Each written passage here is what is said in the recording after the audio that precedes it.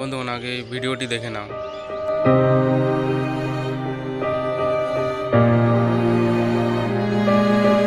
C what we have done with the innocent animal. এরপর টপিকে ফিরে আসি।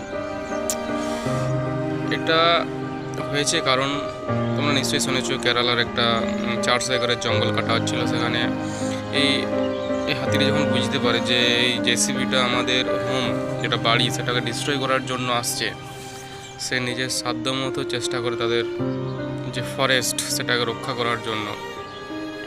এবং এই যে দেখলে যে ওর যে সুড়, আমরা যেটাকে সুড় বলি, টাং ইংলিশে বলে, সেটাতে একটা গর্ত হয়ে গেছে। কারণ যতই হোক জেসিবি একটা লোহার জিনিস, আর ও রক্ত মাংসের তৈরি, মানুষের মতো, আমাদের মতো, আরও বিভিন্ন প্রাণীর মতো।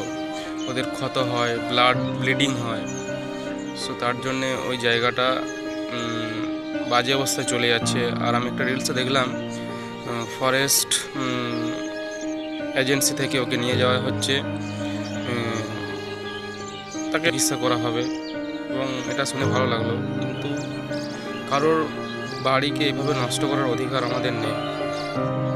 আমরা যেমন আমাদের বাড়িকে খুব প্রোটেক্ট করে রাখি, দলিল বানাই যাতে না কেউ ছিনিয়ে নিতে পারে, তাদেরও তো একটা সিকিওর লাইফ দেওয়া, তাদের একটা সিকিওর বাড়ি দেওয়া আমাদের কর্তব্য। তাহলে ওরা তো আমাদের কিছু ক্ষতি করতে আসে না, তাহলে মানুষরা কেন ওদের ক্ষতি করতে যায়? আমি এটা বুঝতে পারি না। আর দ্বিতীয়ত, তোমাদের কি মতামত এই বিষয়ে অবশ্যই জানাও। আর একজন রিয়েল যোদ্ধা এরকমই হয়, সে কোনোদিনও পরোয়া করে না যে আমার সামনে কজন আছে আর আমি কজনকে নিয়ে যুদ্ধ করতে যাচ্ছি। তোমরা ভিডিওতে দেখলে ও একাই ওই জেসিবিটাকে তুলে ফেলে দিয়েছিল।